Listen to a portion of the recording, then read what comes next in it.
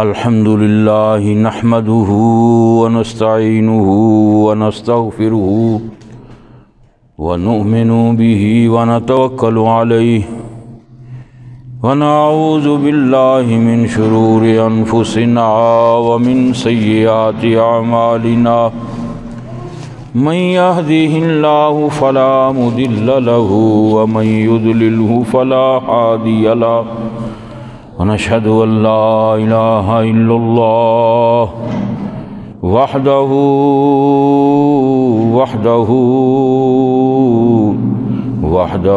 لا شريك له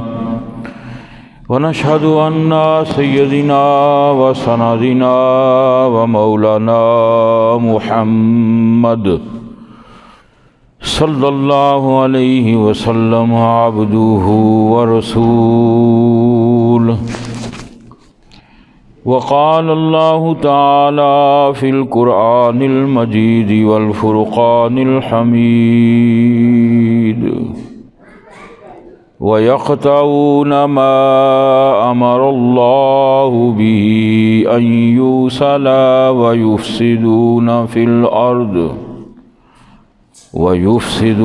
فِي الْأَرْضِ أُولَئِكَ هُمُ الْخَاسِرُونَ آمنت بِاللَّهِ صدق اللَّهُ الْعَظِيمُ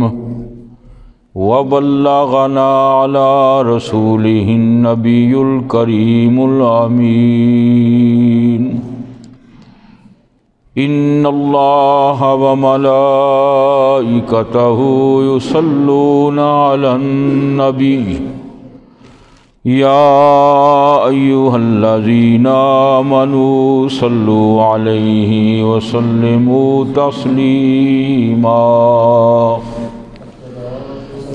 الصلاة والسلام عليك يا سيدي يا رسول الله وعلى آلك وأصحابك يا حبيب الله الصلاة والسلام عليك يا سيدي يا رسول الله وعلى آلك وأصحابك يا حبيب الله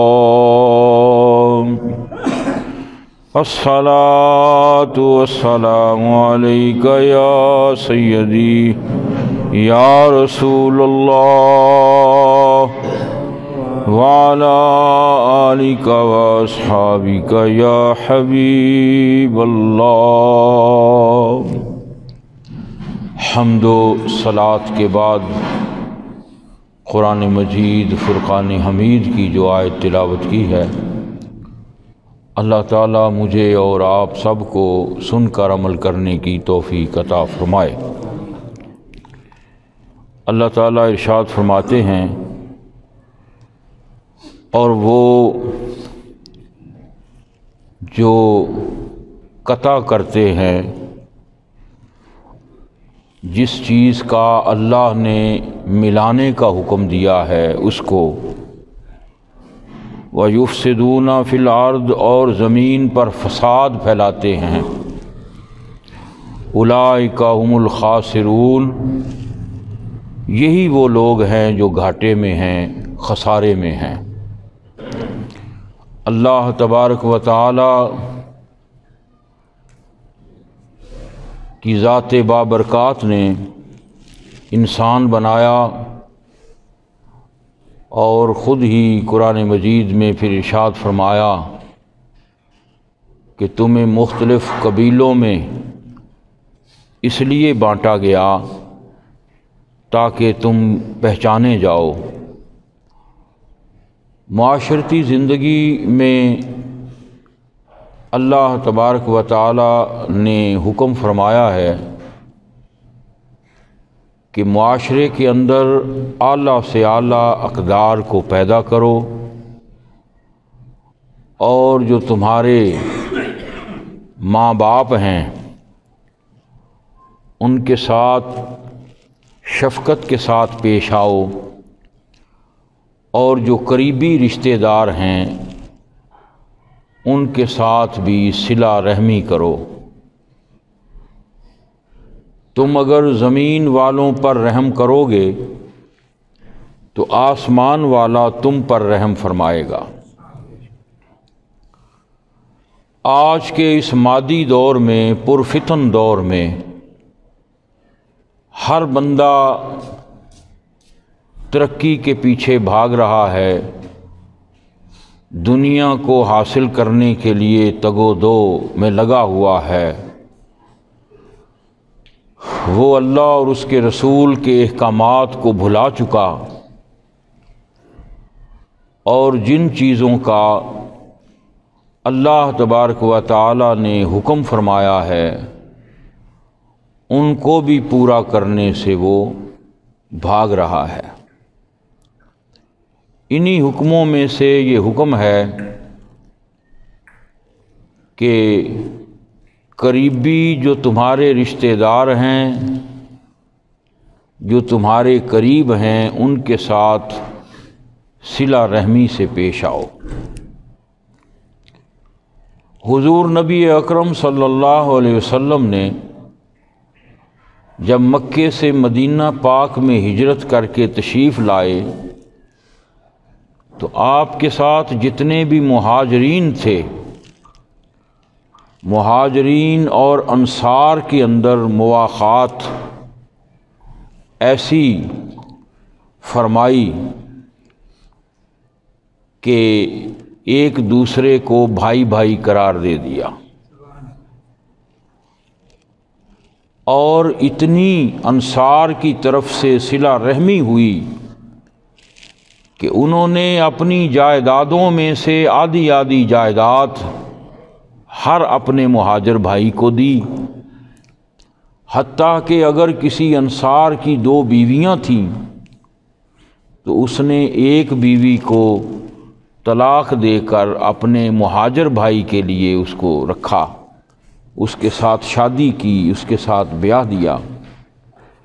کائنات کے اندر اس سے بڑھ کر کوئی بھی صلہ رحمی کی مثال نہیں مل سکتی،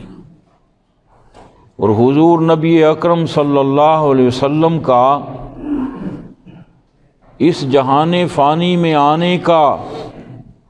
مقصد جو ہے، جہاں اللہ کے حکموں کو اس کے بندوں تک پہنچانا تھا، وہیں پر اللہ کے حکم سے ہی حقوق العباد کو پورا کرنے کا بھی حکم دیا گیا،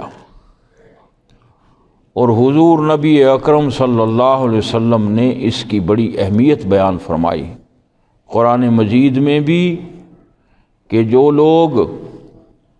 قطع رحمی کرتے ہیں،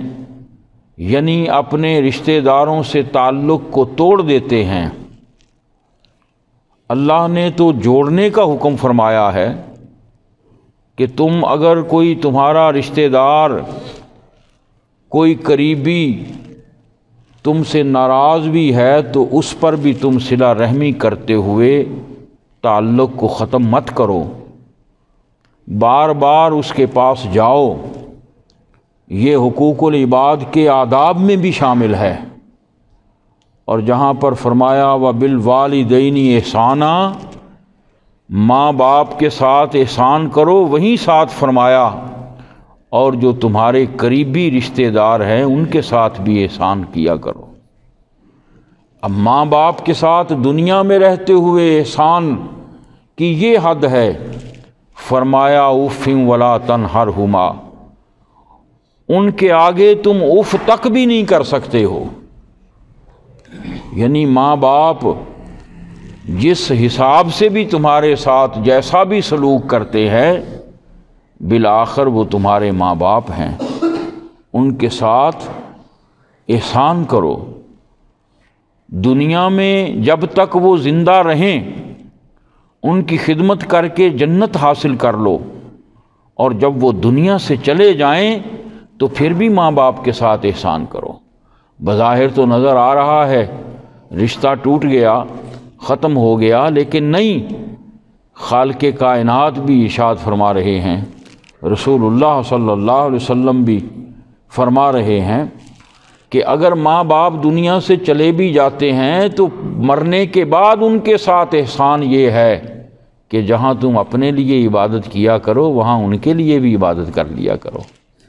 جہاں اپنے لیے صدقہ خیرات کرو وہاں ماں باپ کے لیے بھی کرو۔ اور حقوق العباد میں یہ بات شامل ہے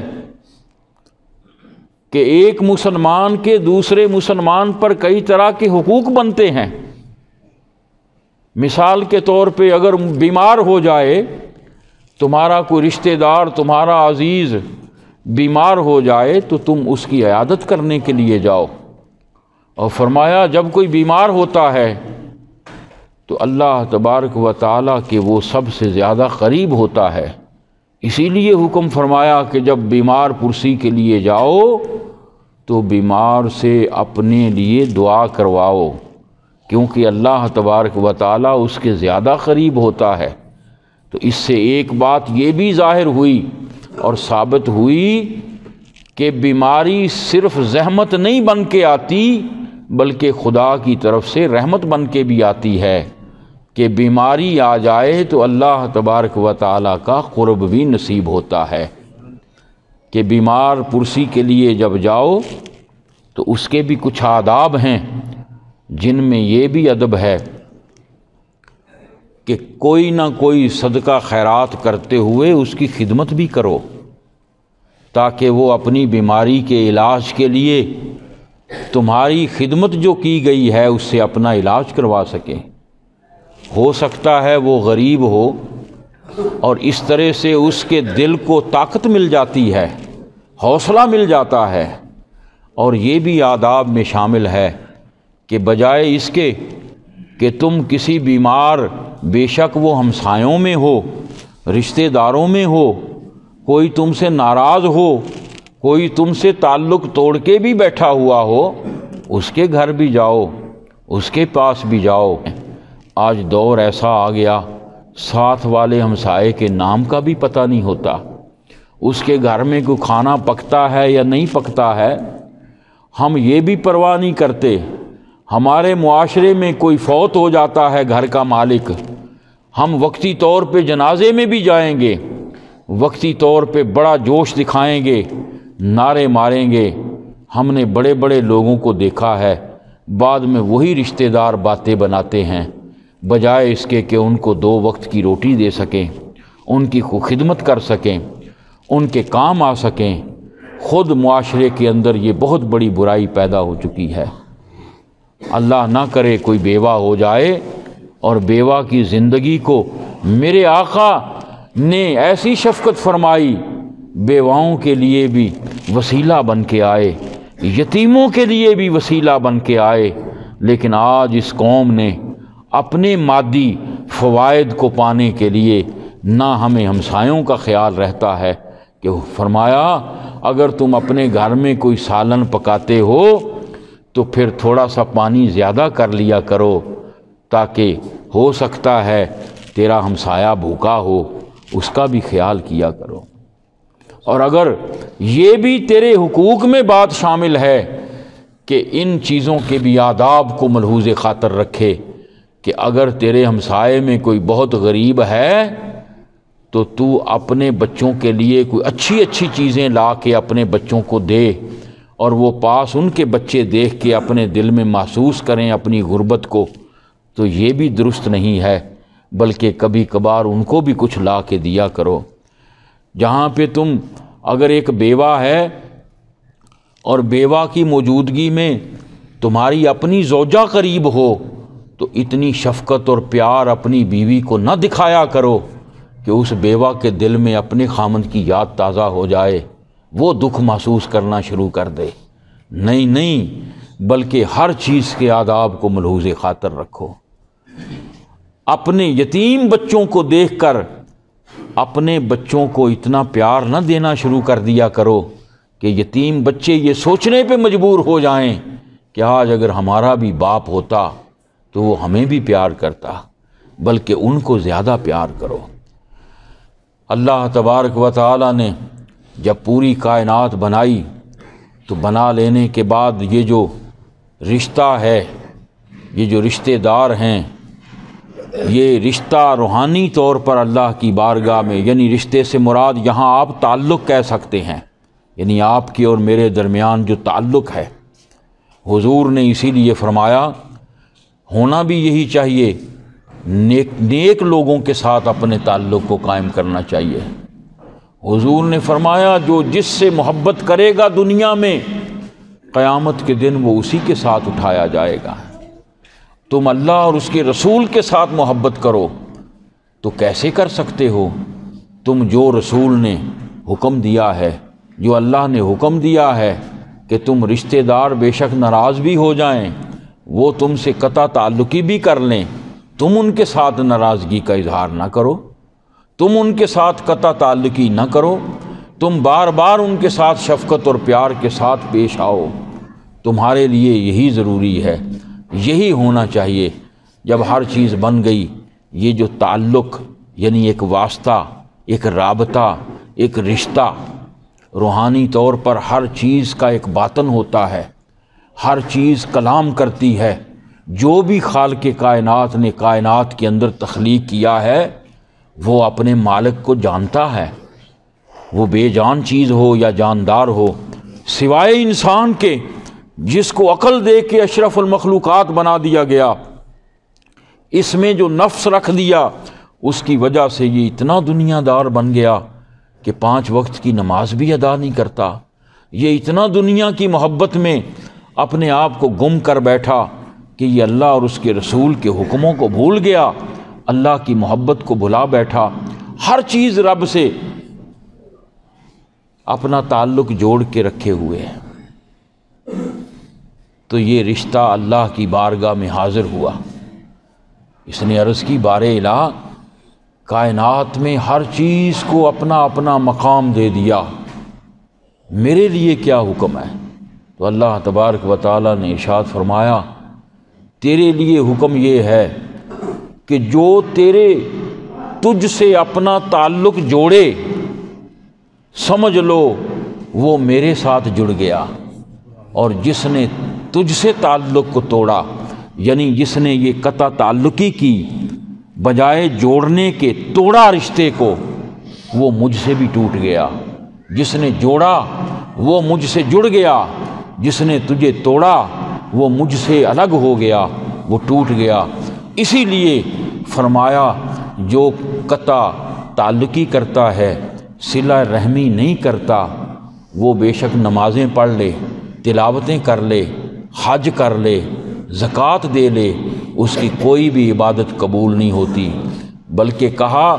کہ اگر کسی جھگڑے یا بات پہ وہ بھی آگے سے فساد پھیلاتا ہے تو فرمایا یہی وہ لوگ ہیں جو دنیا میں فساد کرنے والے ہیں۔ اللہ نے اس لیے نہیں بھیجا تھا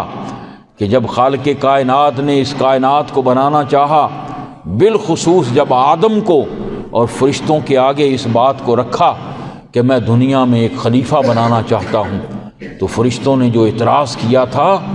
اس میں سب سے پہلا اور بڑا اعتراض یہی تھا، بار الہ تو اس کو بنائے گا جو دنیا میں فساد کرے گا؟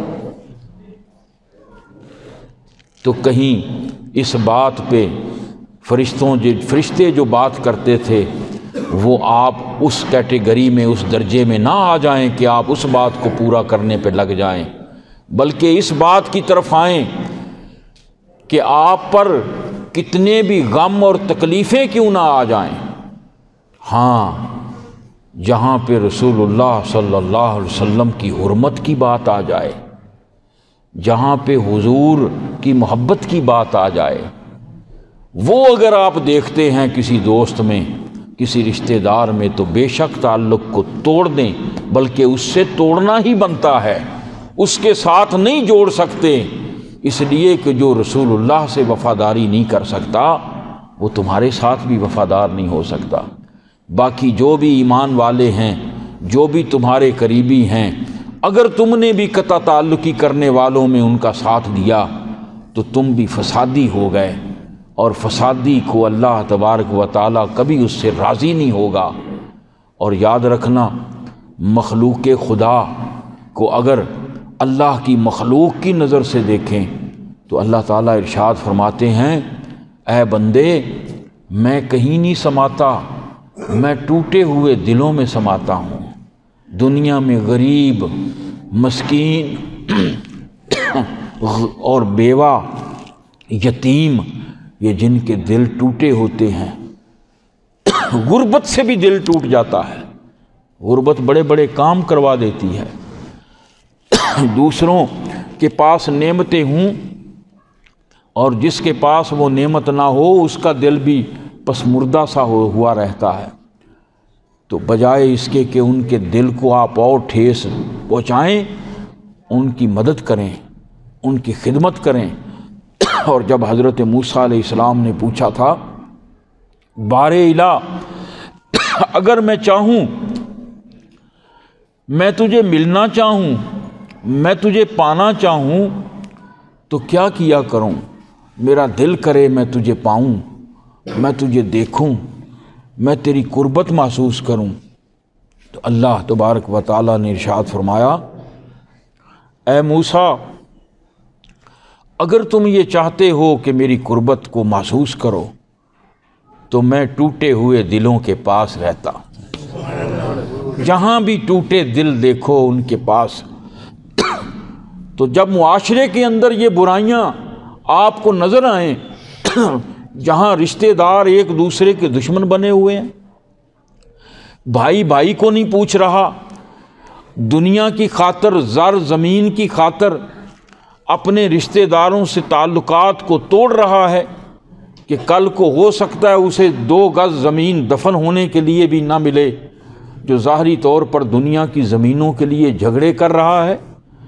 فلاں نے ایک دوست میرے پاس آئے، کہنے لگے جی میرے بھائی میرے دشمن بن گئے۔ میں نے کہا کیوں؟ والد صاحب کی جائیداد تھی، میں اپنا حصہ ہی مانگ بیٹھا ہوں، بس جس دن سے مانگا ہے نہ بھائی میرے بھائی نظر آتے ہیں اور نہ وہ بھابیاں جو ہیں وہ بھی دشمن کی طرح مجھ سے سلوک کرتی ہیں۔ تو میں نے کہا جب حل کہیں نہ نکلے تو پھر تم ہی صبر اور درگزر کر لو، آج کے بعد نہ کہنا ان کو کہ جائیداد تو پھر حل ہی جب کوئی نہیں تو پھر یہی آخر میں ہوتا ہے کہ اگر ایک ایمان کی رستے پہ چلنا چاہتا ہے، خدا اور رسول کو پانا چاہتا ہے تو درگزر اور صبر کر کے۔ دنیا میں بدبخت ہے وہ انسان جس کے غصے کو دیکھ کر، جس کی بدماشی کو دیکھ کر، جو اپنے آپ کو بڑا دولت کے حساب سے بڑا سمجھتا ہے اس کو دیکھ کر، جس کی سیاسی زندگی کو دیکھ کر لوگ اس کو سلام کریں۔ سب سے زیادہ دنیا میں بدبخت وہ ہے، اور قیامت کے دن سب سے زیادہ غریب ہوگا بھی وہی، کہ اس کو پوچھا نہیں جائے گا۔ اللہ تبارک و تعالیٰ اس شخص کی طرف بھی نظر رحمت نہیں کریں گے۔ تم زمین والوں پہ رحم کرو، آپ سنتے آئے ہیں کہ تم زمین والوں پر رحم کرو، آسمان والا تم پہ رحم کرے گا۔ ہر مشکل وقت میں سارے ساتھ چھوڑ جائیں گے، لیکن رسول اللہ کا ساتھ ہر مشکل وقت میں اپنے امتی کے ساتھ رہے گا۔ تو پھر حق بنتا ہے کہ اگر رسول اللہ صلی اللہ علیہ وسلم کے رستے میں کوڑا پھینکنے والی بیمار ہو جائے تو آپ اس کا حال پوچھنے اس کے گھر جاتے ہیں؟ اگر یہاں تک کہ رسول اللہ صلی اللہ علیہ وسلم کے اوپر نماز کی حالت میں جو دشمن دین تھے وہ اونٹ کی اوجری لا کے پھینک دیتے تھے۔ طائف کی بستی میں اللہ اور اس کے رسول کا نام بلند کرنے کے لیے جا رہے ہیں، لیکن آپ پر پتھر برسائے جا رہے ہیں۔ تو جبریل امین حاضر ہوتے ہیں، یا رسول اللہ یہ پہاڑوں کا فرشتہ حاضر ہوا ہے اور وہ اجازت مانگ رہا ہے کہ اگر رسول اللہ حکم فرما دیں تو میں ایک پہاڑ اٹھا کے اس طائف کی بستی کو تباہ کر دوں۔ کبھی پڑھ کے کبھی سن کے غور تو کیا کرو یار، دیکھا تو کرو کہ میری زندگی میں جو ایسے معاملات آتے ہیں دوسروں کے ساتھ، یا دوسرے مجھ پہ باتیں کرتے ہیں، مجھے برا بھلا کہتے ہیں، مجھے گالیاں دیتے ہیں، تو میرا ان کے ساتھ رویہ کیا ہوتا ہے۔ اور ادھر جن کے پاس طاقت ہے کہ فرشتہ پہاڑوں کا اجازت مانگ رہا ہے، یا رسول اللہ اجازت دیں ان پر، تو حضور نبی اکرم صلی اللہ علیہ وسلم بڑی محبت اور پیار سے آپ فرماتے ہیں کہ یہ لوگ مجھے نہیں جانتے کہ میں کون ہوں، یہ نہ صحیح ان کی آنے والی نسلوں میں کوئی تو مجھ سے محبت کرنے والا ہوگا۔ اور پھر اس طائف کی بستی کے لوگ جنہوں نے پتھر مارے تھے، ان کی نسلوں سے پھر بڑے بڑے عاشق رسول نکلے۔ یہ تھی رسول اللہ کی نظر فراست کہ جو کئی مدتوں بعد آنے والے ان کی نسلوں سے، اور گمان یہی کیا جاتا ہے کہ وہ جو تبا بادشاہ تھا نا، جس نے دنیا سے تو چلا گیا تھا، بڑے لمبا یہ واقعہ ہے، کسی وقت پھر عرض کروں گا، تو اس نے ایک تحریر لکھی تھی کہ جب دنیا میں حضور آئیں تو میرا ان کو سلام کیجیے گا۔ اسی نسل سے تھا کہ حضور جانتے تھے، اتنی نظر فراست تھی کہ ان میں سے، اور اگر تیرا بھی رویہ نرم ہو جائے تو ہو سکتا ہے آج جو تجھ سے دشمنیاں پال رہے ہیں کل کو وہی سب سے بڑے تیرے سجن اور دوست بن جائیں، بن سکتے ہیں، لیکن تیرا یقین کامل یہ ہونا چاہیے کہ اگر میں اللہ اور اس کے رسول کے حکم کو مانتے ہوئے جیسے انہوں نے فرمایا ہے میں ویسے کر رہا ہوں، تو پھر اللہ دیکھ بھی رہا ہے، اللہ تعالیٰ رسول اللہ صلی اللہ علیہ وسلم مشاہدہ فرما رہے ہیں، آپ ہماری مدد ضرور فرمائیں گے ہر مشکل وقت میں، کہ دنیا میں اگر بیمار ہو جائے کوئی تو فرمایا بیماری میں رب قریب آ جاتا ہے، تیری شاہ رگ سے قریب ہے، تیری جان سے بھی زیادہ قریب ہے۔ تو جب تجھ پہ کوئی پریشانی آتی ہے، جب تجھے کوئی گالی دے، تجھے کوئی تکلیف آئے، تو تجھے تو اپنی جان محسوس ہو کہ ہائے اس نے مجھ پہ ایسے کیا، تو جب تو دوسروں کے ساتھ ایسا سلوک کرتا ہے تو کیا ان کی جان وہ نہیں ہے جس میں رب کہہ رہا ہے میں اس میں رہتا ہوں، میں اس کی شاہ رگ سے قریب ہوں، میں ان کی اس کی بھی جان میں ہوں؟ کیا نبی اولا بالمومنین من انفسہم، نبی مومنوں کی جانوں سے قریب ہیں؟ کیا صرف تیری جان کی قریب ہیں؟ جس سے دشمنیاں کر رہا ہے کیا اس کے اندر نبی کا نور موجود نہیں ہے؟ بس یہی ایک وہ بھید ہے، یہی وہ راز ہے کہ جس نے مخلوق خدا کے ساتھ اپنی محبت کو اللہ اور اس کے رسول کی خاطر قائم رکھا، جنہوں نے رشتے توڑے اور تم نے توڑنے کے باوجود ان سے رشتے جوڑے، یقین مانو پھر جب تم قبر میں جاؤ گے رسول اللہ تشریف لائیں گے تو پہچاننے میں کوئی مشکل پیش نہیں آئے گی، اس لیے کہ تم نے رسول اللہ کے فرمان کو پورا کیا۔ پھر رسول اللہ خود ہی فرمائیں گے یہ ہمارا غلام ہے، اس لیے کہ تیرے اندر سے وہ چیز نظر آئے گی جو رسول اللہ صلی اللہ علیہ وسلم نے خود جس پہ عمل کیا ہوگا۔